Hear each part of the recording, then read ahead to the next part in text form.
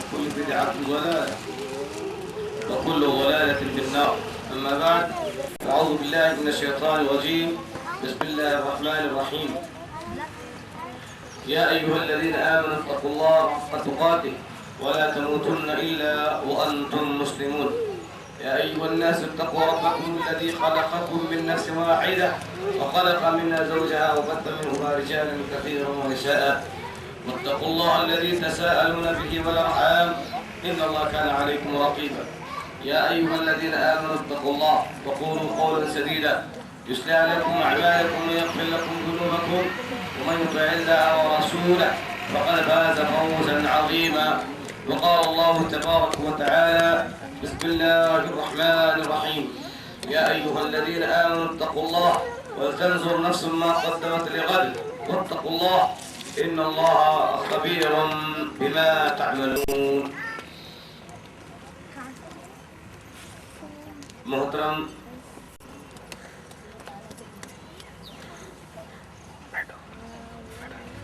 بزرگان دین، نوجوانان اسلام، مردان نشین ماؤں اور بہنوں، عزیز بچوں، اللہ کا لاکھ لاکھ شکر، اس کا احسان کہ اس نے ہمیں ماہ رمضان جیسا عظیم اور بابرکت مہینہ نصیب فرمایا تھا، جس میں بہت سارے لوگوں نے ماہ رمضان کو پا کر اس کے فیوز کو، اس کے برکات کو حاصل کیا۔ ایسے بھی مسلمان ہمارے درمیان موجود رہے جنہوں نے اس ماہ سے جیسا فائدہ انہیں اٹھانا چاہیے تھا ایسا فائدہ انہوں نے نہیں اٹھایا۔ محترم سامعین و سامعات، آج ہر اس شخص کے لیے خوشی کا دن جس نے ماہ رمضان کو پایا اور رمضان کے روزوں کو رکھا، اور اس نے اپنی مغفرت اللہ تبارک و تعالی سے کروا لی۔ من صام رمضان ایمانا و احتسابا غفر له ما تقدم من ذنبه، جس نے ماہ رمضان کو پا کر روزوں کو رکھا، اس نے اپنے پچھلے گناہوں کی اللہ تبارک و تعالی سے بخشش کی۔ آج کے دن ہر اس شخص کے لیے خوشی کا دن ہے، ہر اس مرد، ہر اس عورت کے لیے خوشی کا دن ہے جنہوں نے ماہ رمضان کو پا کر ماہ رمضان میں قیام کا اہتمام کیا، نماز تراویح کا اہتمام کیا۔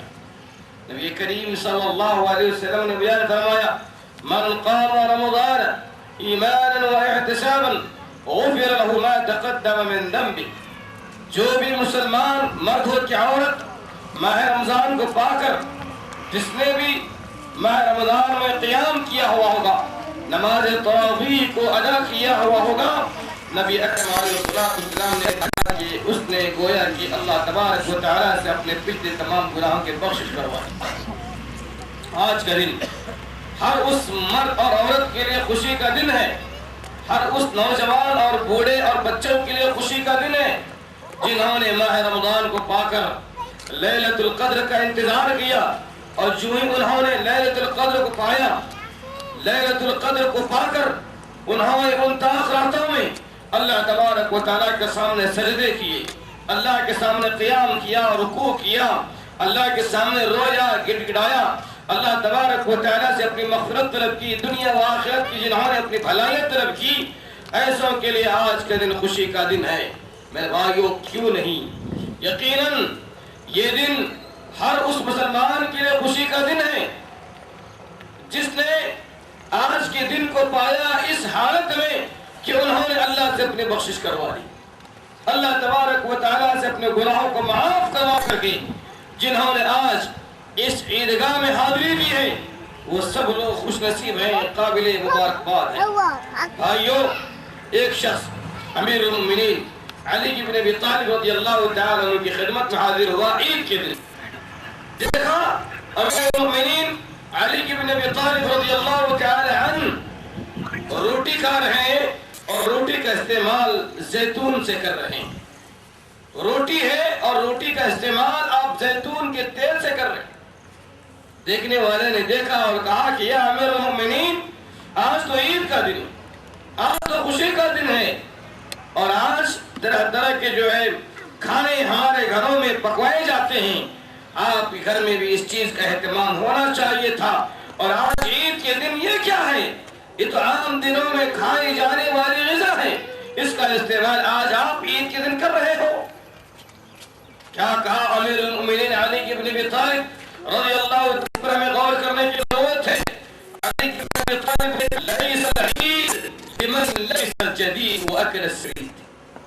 عید کا معنی, عید کا مطلب یہ نہیں کہ عید کے دن ہم نیا لباس پہنیں اور اچھی اچھی غذاؤں کا ہم استعمال کریں, ولیکن العید کہا کہ عید تو یہ ہے کہ لمن قبل منه بالامس صيامه وقيامه وغفر له ذنبه.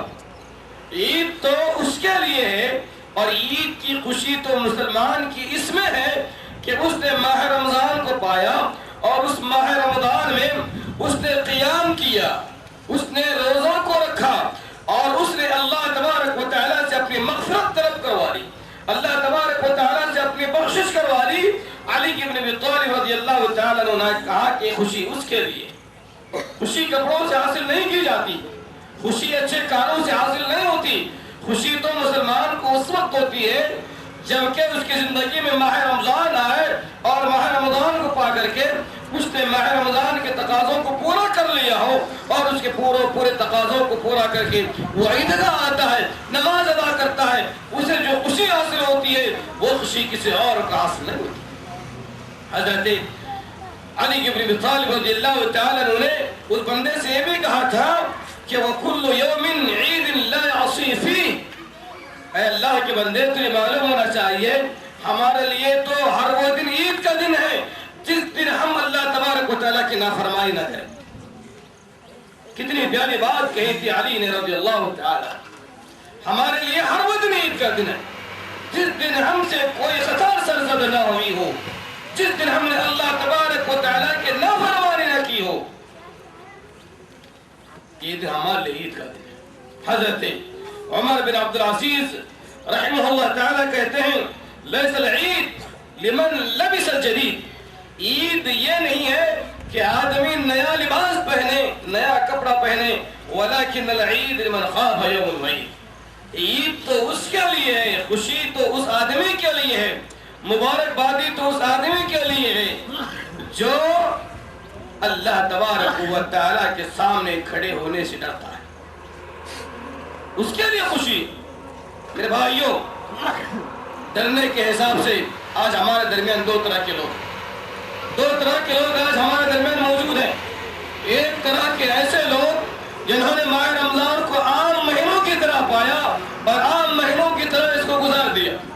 ماہ رمضان میں جس طرح وہ دیگر مہینوں میں جھوٹ کہا کرتے تھے, ماہ رمضان میں بھی انہوں نے جھوٹ کہا. جس طرح سے دیگر مہینوں میں وہ سودی لین دین کرتے تھے, ماہ رمضان میں بھی انہوں نے سودی لین دین کو باقی اور جاری و مستمر رکھا. جس طرح دیگر مہینوں میں وہ کھایا اور پیا کرتے تھے دن کے اوقات میں, ماہ رمضان کو پا کر کے بھی وہ لوگ دن کے اوقات میں کھاتے اور پیتے رہے. جس طرح سے ماہ رمضان میں ان لوگوں نے شراب نوشی کی, سگریٹ نوشی کی, گالی گلوچ کی, جھگڑے کیے, فساد پھیلائے, فتنے پھیلائے, لوگوں پر ظلم و ستم کے پہاڑ ڈھائے, ایسے لوگوں نے ماہ رمضان کو پا کر کے بھی یہ سارے کام کیے جو کام وہ دیگر مہینوں میں کیا. اور پھر اوپر سے ان کے دلوں میں اللہ تبارک و تعالیٰ کا کوئی ڈر نہیں ہے, اللہ تبارک و تعالیٰ کا کوئی خوف نہیں ہے. ایسے لوگوں کے لیے آج کا یہ دن خوشی کا دن نہیں ہے. خوشی کا دن ایسے لوگوں کے ہرگز نہیں ہے جنہوں نے ماہ رمضان کو عام مہینوں کی طرح گزارا, جنہوں نے ماہ رمضان میں طرح طرح کے گناہوں کو انجام دیا, اور آج کے دن گرچہ کہ وہ شہر کا سب سے مشہور قیمتی مہنگا لباس پہن کر کے کیوں رہا ہے, اسے وہ خوشی حاصل نہیں ہوگی جو خوشی ایک معمولی چھوٹے ننھے منھے بچے کو جس نے ماہ رمضان کو پا کر کے پورے روزوں کو رکھا، گرچہ کہ پرانا کپڑا پہن کر کے دھلا ہوا عیدگاہ میں حاضر ہوتا ہے، اللہ کی قسم اسے جو خوشی حاصل ہوتی ہے وہ خوشی اس بدبخت کو حاصل نہیں ہوتی۔ لوگوں، ہم میں ایسے بھی لوگ موجود ہیں جنہوں نے ماہ رمضان کو پایا، ماہ رمضان کو پاتے ہی انہوں نے اپنی کمر کو کس لیا۔ ایسے بھی لوگ ہمارے درمیان موجود ہیں جنہوں نے ماہ رمضان کو پاتے ہی اپنے کمر کو انہوں نے کس لیا، جم کر کے انہوں نے اللہ کی عبادت کی، پابندی سے انہوں نے روزوں کو رکھا، پابندی سے انہوں نے رمضان المبارک کے راتوں میں قیام یعنی تراویح کا اہتمام کیا، پابندی کے ساتھ انہوں نے 7 راتوں میں جم کر کے اللہ تبارک و تعالیٰ کی عبادت کی، اللہ تبارک و تعالیٰ سے استغفار طلب کیا، اللہ تبارک و تعالیٰ کے حضور توبہ کیا، اللہ تبارک و تعالیٰ سے دنیا و آخرت کی بھلائی کو مانگا، اللہ کے سامنے رویا، اللہ کے سامنے گڑایا، اللہ تبارک و تعالیٰ سے جنت کا سوال کیا، جہنم سے پناہ مانگا۔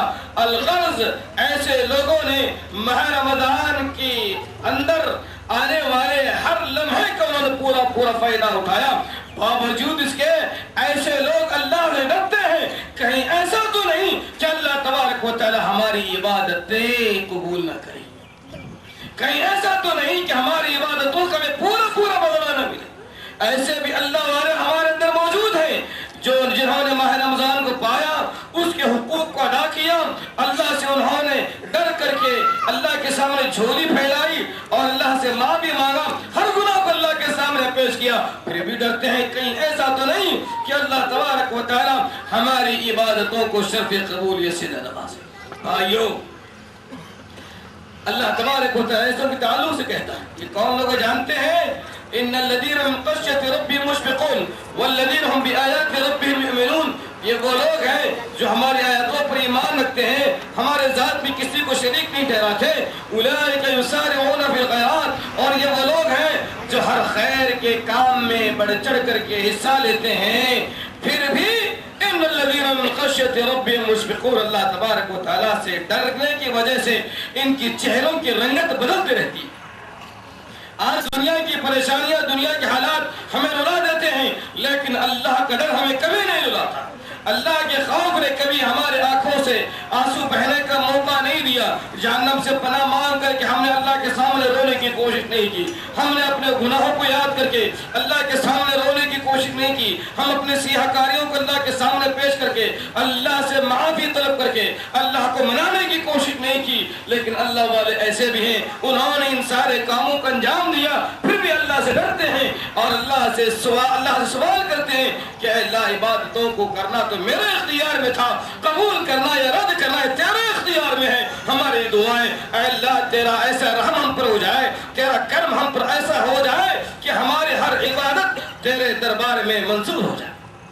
یہ ہوتا ہے مومن، یہ ہوتا ہے مسلمان، یہ وہ مسلمان ہے جن کی تعریف قرآن کرتا ہے، جن کی تعریف اللہ کے رسول صلی اللہ علیہ وسلم نے کی ہے۔ مسلمانوں، کہیں ایسا نہ ہو کہ ہم ماہ رمضان کی عبادتوں کو کافی سمجھ کر کے ماہ رمضان کے گزرنے کے بعد یعنی آج کے بعد ہم مسجدوں سے چھٹی لے لیں۔ کہیں ایسا نہ ہو کہ ہم یہ رمضان کی عبادتوں کو کافی سمجھیں، رمضان کی نمازوں کو کافی سمجھ لیں، رمضان کی تلاوت کو کافی سمجھ لیں، اور رمضان کی تراویح کے ساتھ ساتھ اس کے روزوں کو کافی سمجھ لیں، رمضان کے خیرات کو ہم کافی سمجھ لیں، اور باقی 11 مہینے ہم ان تمام قسم کی عبادتوں سے آزادی کا اعلان کریں۔ اللہ کی قسم ایسا نہ، ایسا ہرگز نہ کریں، ایسا ہرگز نہ کریں۔ اللہ تبارک و تعالیٰ اپنے نبی سے کہتا ہے، کون سے نبی، کیسا نبی؟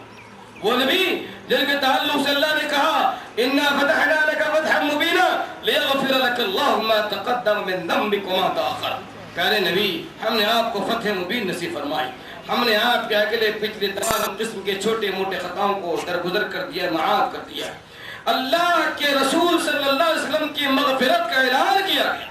جنت میں سب سے پہلے ہمارے نبی داخل ہونے والے، آپ توحید پرستوں کے حق میں اللہ کے حضور شفاعت طلب کرنے والے، آپ حوض کوثر پر بیٹھ کر کے توحید پرستوں کو جام کوثر پلانے والے، ایسے جلیل القدر نبی، ایسا محترم نبی، اللہ اکبر، جن کو اللہ نے نبیوں کی امامت کا موقع دیا، جن کو اللہ تبارک و تعالیٰ نے نبیوں کا، رسولوں کا سردار بنایا، ایسا محترم محترم انسان اس روئے زمین پر پیدا ہوا ہے اور اللہ کی قسم قیامت کی صبح تک ایسا انسان اس روئے زمین پر نہیں آ سکتا، کوئی ماں ایسے بچے کو جنم نہیں دے سکتی۔ پھر بھی اللہ نے کہا اے محمد صلی اللہ علیہ وسلم کہیں ایسا نہ ہو کہ ہم نے تمہیں اتنے بڑے اونچے مقام پر فائز کیا، کہیں ایسا نہ ہو نا کہ تم خوش فہمی میں مبتلا ہو کر ہماری عبادتوں کو بھول جاؤ، ہماری تسبیح و تحمید کو بھول جاؤ، آگاہ ہو جاؤ، خبردار اے محمد صلی اللہ علیہ وسلم۔ ہم کہتے ہیں فسبح بحمد ربک، آپ ہر دم میری تسبیح بیان کریں گے، میری تعریف بیان کریں گے۔ وَاعْبُدْ رَبَّكَ حَتَّى يَأْتِيَكَ الْيَقِينُ، آپ اس وقت تک میری عبادت میں شامل رہیں گے اور برابر میری عبادت کرتے رہیں گے، صبح و شام، ہر وقت، ہر ہفتہ، یہاں تک کہ تمہاری ملاقات حضرت ملک الموت سے نہ ہو جائے۔ ماں تمہاری موت کے آنے تک، تمہارے زندگی کا آخری دن، آخری لمحات کے آنے تک، اے میرے پیارے نبی تمہارے لیے عبادت معاف نہیں ہے۔ تسبیح تحمید ذکر سے تم چھٹکارا ہرگز حاصل نہیں کر سکتے۔ دوستو، میرے ماؤں، میرے بہنوں، ذرا غور کرو، دنیا کے محترم انسان کو اللہ تبارک و تعالیٰ کہتا ہے زندگی کے آخری لمحات تک میری عبادت کا کرنا تم پر لازم ہے، زندگی کے آخری لمحات تک میری تسبیح بیان کرنا، میری تعریف بیان کرنا، میری تحمید بیان کرنا، توحید کے گن گانا، توحید کے نغمے گانا، دعوت کا کام کرنا، لوگوں کو میری جانب بلانا، غلط کاموں سے خود بچنا، لوگوں کو بچانا، یہ کام تمہاری زندگی کے کسی خاص حصے کے لیے نہیں ہے بلکہ زندگی کے تمام گوشوں کے لیے، زندگی کے آخری لمحات کے لیے کام۔ دوستو، ہم گناہگار، ہم خطا کار، ہم سیاہ کار، ہم سے ایسا کون سا گناہ ہے جو سرزد نہیں ہوتا؟ ہم قتل بھی کرتے ہیں، ہم چوری بھی کرتے ہیں، ہم ظلم بھی کرتے ہیں، ہم لوگوں کی زمینوں کو ناجائز قبضہ بھی کرتے ہیں، ہم ماں باپ کو تکلیف بھی دیتے ہیں، ہم اپنے بیویوں پر ظلم بھی کرتے ہیں، ہم اپنے پڑوسیوں کو تکلیف دیتے ہیں، ہم اپنے غریب بھائیوں کا استحصال کرتے ہیں، ہم جھوٹی قسمیں کھا کر کے، لوگوں کے خلاف گواہیاں دے کر کے نوٹوں کو جمع کرنے کی کوشش کرتے ہیں۔ اتنی برائیاں ہمارے اندر، اتنے گناہوں کا انجام دینے والے، پھر اوپر سے ہمارا یہ خیال ماہ رمضان کی عبادتیں ہماری مغفرت کے لیے کافی ہے۔ اللہ سے ڈرو، اللہ کا خوف اپنے دل میں پیدا کرو، یاد رکھو اللہ تم سے کہتا ہے وَلَوْ يُؤَاخِذُ اللَّهُ النَّاسَ بِظُلْمِهِمْ مَا تَرَكَ عَلَى ظَهْرِهَا مِن دَابَّةٍ وَلَكِنْ يُؤَخِّرُهُمْ إِذَا جَاءَ أَجَلُهُمْ لَا يَسْتَأْخِرُونَ سَاعَةً وَلَا يَسْتَقْدِمُونَ۔ یادگیر کے لوگوں، کان کھول کر کے سنو، اللہ کیا کہتا ہے؟ وَلَوْ يُؤَاخِذُ اللَّهُ النَّاسَ بِظُلْمِهِمْ، اے دو لوگوں جو روئے زمین پر زندگی گزار رہے ہو، کان کھول کر کے سن لو، اللہ کیا کہتا ہے؟ اگر میں تمہارے اعمال کو دیکھ کر کے تمہیں جینے کا موقع دوں، میں اپنے ذات کی قسم کھا کر کہتا ہوں اس روئے زمین پر کوئی بھی شخص زندہ رہنے کے لائق نہیں۔ وَلَكِنْ يُؤَخِّرُهُمْ، اللہ نے کہا یہ بات الگ ہے، میں تمہیں موقع دیتا ہوں تاکہ تم معافی طلب کرو، تاکہ تمہیں بات سمجھ میں آئے، تاکہ تم میرے دہلیز پر آؤ، موقع دیکھو، مجھ سے معافی مانگو۔ وَلَكِنْ يُؤَخِّرُهُمْ إِذَا جَاءَ أَجَلُهُمْ، یہ بھی یاد رکھنا، اگر آخری لمحات آ جائیں، جو وقت جو ٹائم ہم نے تمہارے لیے دیا تھا، وہ ٹائم اگر پورا ہو جائے، اللہ کہتا ہے میں اپنے ذات کی قسم کھا کر کہتا ہوں سارے دنیا کے لوگ مل کر کے تمہارے تعلق سے ملک الموت سے یہ کہیں ایک لمحہ زندگی دیں، اللہ کہتا ہے ایک لمحہ بھی زندگی تمہیں شاید نہیں ملے گی۔ عقل مندی اسی میں ہے کہ ہم ماہ رمضان کو کافی نہ سمجھیں، زندگی کے تمام مہینوں میں، تمام ہفتوں میں، تمام دنوں میں، صبح و شام ہر لمحہ ہمارے سوائے اللہ تبارک و تعالیٰ کی ہم سے، اللہ کی بڑائی سے رہنے کی ضرورت ہے۔ دوستو، ماہ رمضان آیا اور ہم سے جدا بھی ہو گیا، ہم سے چلا بھی گیا۔ دوستو، کتنے ایسے ہمارے بھائی ہیں جنہوں نے ماہ رمضان کو، پچھلے ماہ رمضان کو پایا اور آج وہ ہمارے درمیان موجود نہیں ہے۔ نہ جانے آنے والے رمضان میں میں رہوں یا آپ رہیں، آپ نہ رہیں یا میں نہ رہوں، اللہ جانتا ہے۔ یہ بھی اللہ کے لاکھ لاکھ شکر ہے کہ اس نے مجھے میری موت کا پتہ نہیں بتلایا، اس نے تمہیں تمہاری موت کا پتہ نہیں بتلایا۔ اگر انسانوں کو اللہ تبارک و تعالیٰ ان کی موت کا پتہ بتلاتا، اللہ کی قسم کھا کر میں کہتا ہوں انسان جیتے جی مر جاتا۔ یہ اللہ کی نعمت ہے کہ اس نے ہماری موت کے بارے میں ہمیں ناواقف کیا، لیکن اتنا کہا کہ تمہیں مرنا ہے، ہم مانتے بھی ہیں۔ میرے بھائی، ماہ رمضان آیا چلا گیا، آیا چلا گیا، آیا چلا گیا، کتنے رمضان ہماری زندگی میں آ رہے جا رہے۔ میں آپ سے اور اپنے آپ سے پوچھتا ہوں، ہم دیکھیں کیا ہماری زندگی میں اس ماہ رمضان میں تبدیلی لائی۔ ایسے رمضان آئے گئے، ایسے عید الاضحیٰ آئے گئے، ایسے تراویح والے ایام آئے گئے، شب قدر آئی اور گئی، لیکن ہماری زندگی میں اللہ کی قسم کوئی تبدیلی نہیں۔ ہماری وہی سستی، ہماری وہی کاہلی، ہماری وہی بددیانتی، وہی جھوٹ، وہی تکالیف دینے والی زندگی ہمیں حاصل ہے۔ آخرکار آپ اپنی زندگی کو کب بدلو گے؟ تبدیلیاں آپ اپنی زندگی میں کب لاؤ گے؟ اگر ماہ رمضان تمہاری زندگی میں تبدیلی نہ لائے اور سارے رمضان کا یہ قرآن اور اس کے دروس اور اس کے یہ روزے، اس کی یہ راتیں تمہاری زندگی میں اگر تبدیلی نہ لائے، کون سی ایسی دوا ہے جس کو کھا کر کے تم اپنی زندگی میں تبدیلی لانا چاہتے ہو؟ دوستو، اللہ موقع دے رہا ہے، اللہ اپنی حجت کو پوری کر رہا ہے۔ کہیں ایسا نہ ہو کہ بندہ اللہ سے کہے کہ اللہ تو نے مجھے موقع نہیں دیا تھا۔ اللہ کہتا ہے کہ میں نے تجھے 70 سال زندہ رکھا، میں نے تجھے 80 سال زندہ رکھا، میں نے تجھے لمبی عمر نصیب فرمائی، کیا تجھے یہ بات سمجھ میں نہیں آئی؟ تو بہرحال میرے بھائیوں، یہ ماہ رمضان آیا اور چلا گیا، لیکن بہت ساری باتیں سکھا گیا۔ اپنی بات انشاءاللہ جلدی ختم کروں۔ بہت ساری باتیں ماہ رمضان نے ہمیں سکھا دیا۔ نمبر 1، ماہ رمضان نے ہمیں توحید کا درس دیا۔ ماہ رمضان نے ہمیں توحید کی تعلیم دی اور چلا گیا۔ وہ کیسے؟ ہم نے ماہ رمضان کو پایا صرف اور صرف اللہ کی عبادت کی، ٹھیک ہے نہیں؟ ماہ رمضان کو ہم نے پایا تو صرف اللہ کے سامنے قیام کیا، صرف اللہ کے سامنے رکوع کیا، صرف اللہ کے سامنے سجدے کیے، صرف اللہ سے ہم نے دعائیں کی، صرف اللہ تبارک و تعالیٰ کے سامنے ہم نے رویا، گر گڑایا، اس سے سوال کیا، لا اولاد نے اولاد مانگا، تنگستوں نے اللہ تبارک و تعالیٰ سے حالات کو سنوارنے کی خاطر دعائیں مانگی۔ ہر کسی نے ماہ رمضان کو پا کر تمام قسم کی عبادتوں کو اللہ کے لیے خاص کر دیا۔ تو ماہ رمضان نے ہمیں توحید کی تعلیم دی اور مسلمانوں کے پیغام دیا کہ مسلمانوں، تمہیں ماہ رمضان کے بعد بھی اسی طرح زندگی گزارنا ہے۔ اللہ کے علاوہ کسی کے سامنے نہ تمہیں سجدہ کرنا ہے، اللہ کے علاوہ نہ کسی کے سامنے تمہیں قیام کرنا ہے، اللہ کے علاوہ کسی کے سامنے تمہیں رکوع کرنا ہے، نہ اللہ کے علاوہ کسی اور کے نام پر نظر و نیاز کرنا، نہ کسی کے نام پر تم قسم کھانا۔ ماہ رمضان نے ہمیں توحید کا درس دیا۔ یہ سارے باتیں اس آدمی کو سمجھ میں آتی ہیں جو عقل رکھتا ہے، فہم رکھتا ہے اور سمجھنے کی کوشش کرتا ہے۔ ماہ رمضان نے ہمیں اتحاد کا درس دیا، اتفاق کی تعلیم دی۔ ماشاءاللہ، ماہ رمضان کتنے ایسے موقع ہیں جس میں ہم نے جم کر کے بہت سارے کام کیے، اتحاد کا درس دے دیا ماہ رمضان نے۔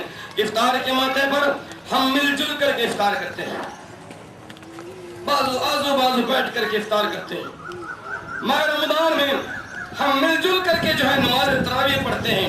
ماہ رمضان کی راتوں میں ہم مل جل کر کے جو ہے رات میں اللہ تبارک و تعالیٰ کی گن گاتے ہیں، اس کی حمد، اس کی بڑائی بیان کرتے ہیں۔ ماہ رمضان نے ہمیں اتحاد کی تعلیم دیا اور کہا کہ مسلمانوں، رمضان کے گزرنے کے بعد بھی تم اسی طرح سے متحد ہو کر کے زندگی گزارنے والے بنو۔ رات راتیں آئیں، تم نے یہ نہیں دیکھا کہ تمہارے آزو بازو کون بیٹھا ہے، تمہارا افطار کا معاملہ آیا، تم نے یہ نہیں دیکھا کہ تمہارے آگے پیچھے کون بیٹھا ہوا ہے، تم نے اس کا کوئی بات و لحاظ نہیں رکھا، ہر ایک کو تم نے اپنا بھائی سمجھا اور ماہ رمضان کو اس طرح سے تم نے گزار لیا۔ لہذا ماہ رمضان گزرتے گزرتے جاتے جاتے مسلمانوں کو اس بات کی تعلیم دی کہ مسلمانوں تمہیں اسی طرح دیگر 11 مہینے متحد ہو کر کے زندگی گزارنا۔ ماہ رمضان چلا گیا، لیکن جاتے جاتے اس نے ہمیں نمازوں کی تعلیم دے کر کے چلا گیا۔ ماہ رمضان آیا، ہم نے کیا فجر، کیا ظہر، کیا عصر، کیا مغرب، کیا عشاء، معلوم ایسا ہوتا تھا کہ ہر نماز میں جمعہ کی تعداد، ہر نماز میں جمعہ کی تعداد، مساجد ہر مسجد نہ کافی۔ مساجد کے ذمہ داروں کو ہم نے کہتے ہوئے سنا، مولانا ہماری مسجد نہ کافی ہے، مولانا ہماری مسجد نہ کافی، مولانا ہماری مسجد نہ کافی ہے۔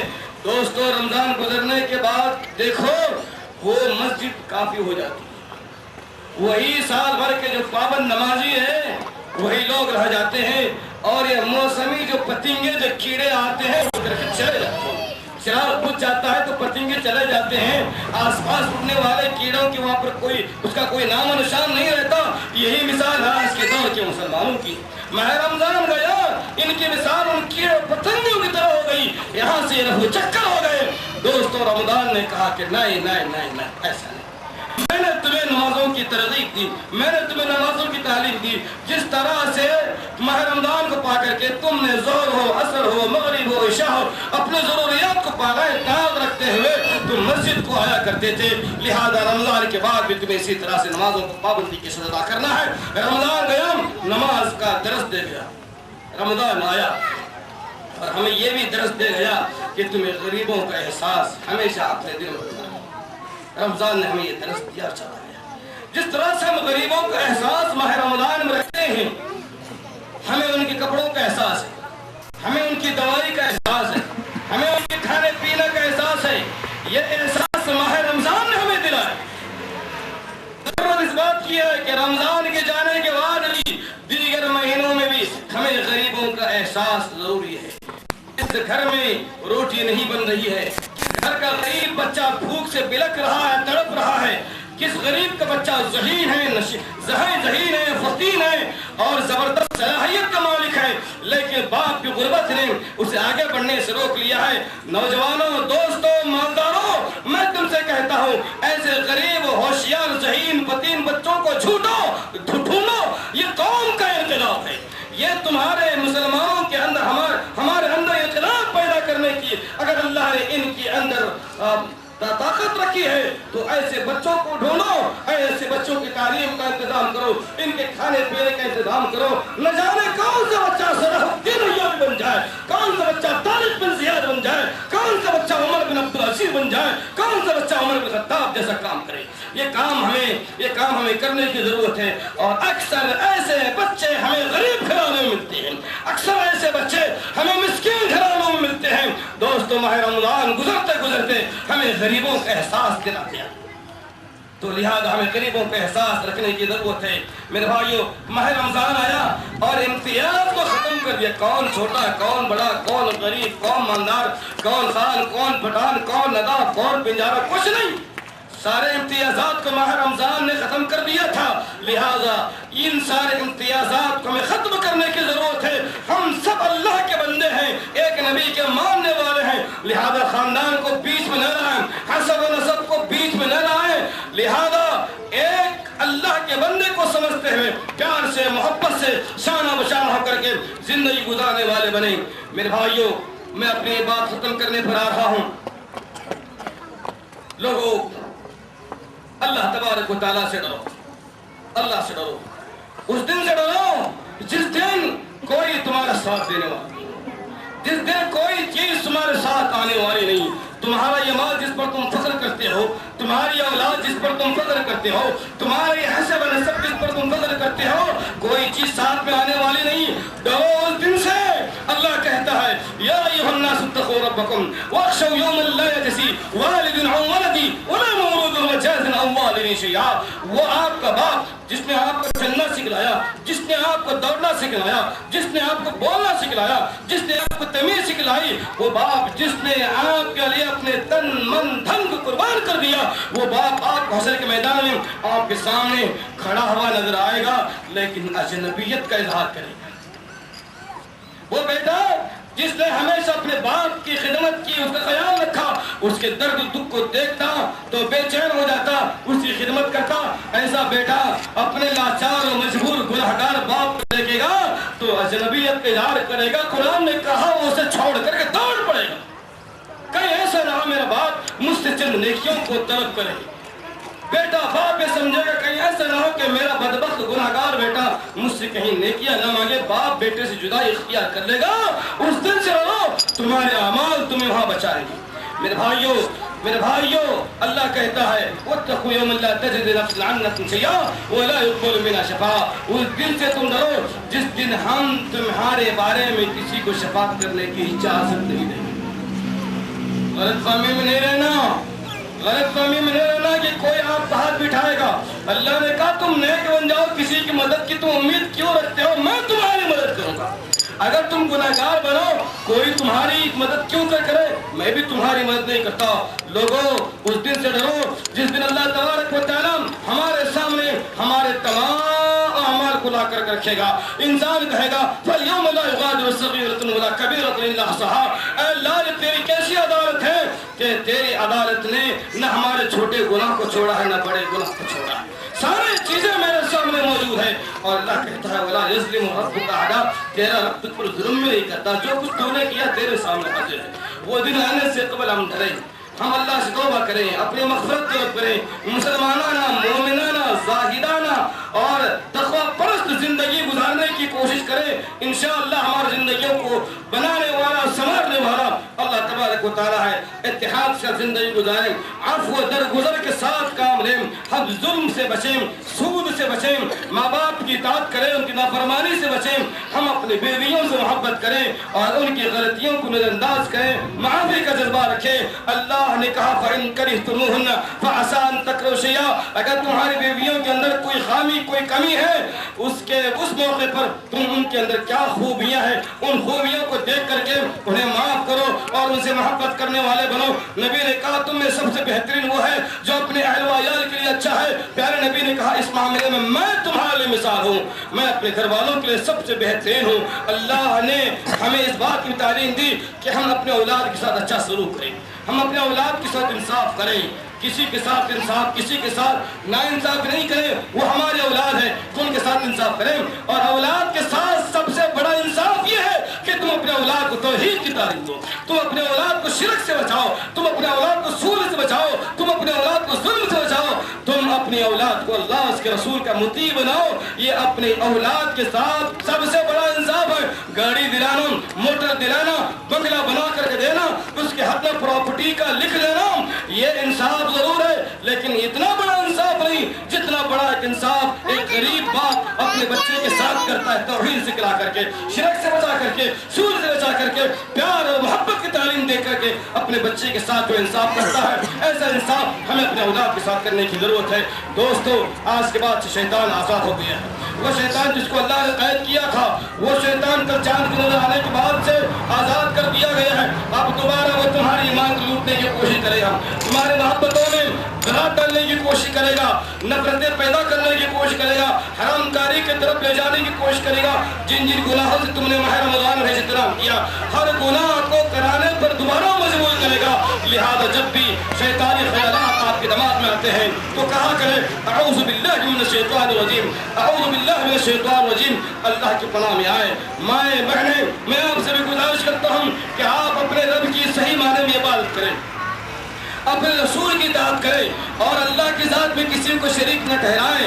اپنے بچوں کے بخار کو دیکھ کر، اس کی بیماری کو دیکھ کر آپ گھبرا جاتی ہو، معمولی باتوں کو دیکھ کر ڈر جاتی ہو، اور اپنے بچوں کے گلوں میں نہ جانے کیا کیا چیزیں تم باندھتی ہو، ان کے رٹھوں میں کیا کیا چیزیں باندھتی ہو۔ ان شرکیہ کاموں سے تمہیں بچنے کی ضرورت ہے۔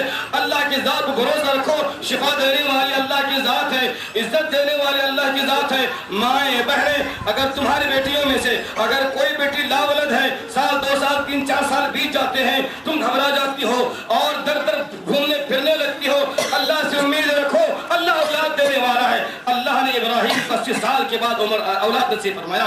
اللہ نے زکریا کو ایسی صورت میں اولاد نصیب فرمایا جب ان کی بوڑھی پوری طرح سے کمزور ہو چکی تھی، ان کی بیوی پوری طرح سے کمزور ہو چکی تھی۔ اس رب سے امیدیں قائم رکھو جو لڑکوں کو دینے والا، لڑکیوں کو دینے والا، دونوں کا دینے والا، دونوں سے محروم کرنے والا ہے۔ لہذا اپنے ایمان کا سودا نہ کرو، اپنے عقیدے کو برباد نہ کرو۔ میری مائیں، میرے بہنیں، میں آپ سے گزارش کرتا ہوں، میں آپ کو اس بات کی جانب آگاہ کرتا ہوں، اللہ کا ڈر ہمیشہ اپنے دلوں میں رکھیں، کسی کا حجو نہ کریں، کسی کے ساتھ مذاق نہ کریں، کسی عورت کے ساتھ کھلواڑ نہ کریں۔ اللہ تبارک و تعالیٰ سے ڈر کر کے اپنی زندگی گزارنے کی کوشش کریں۔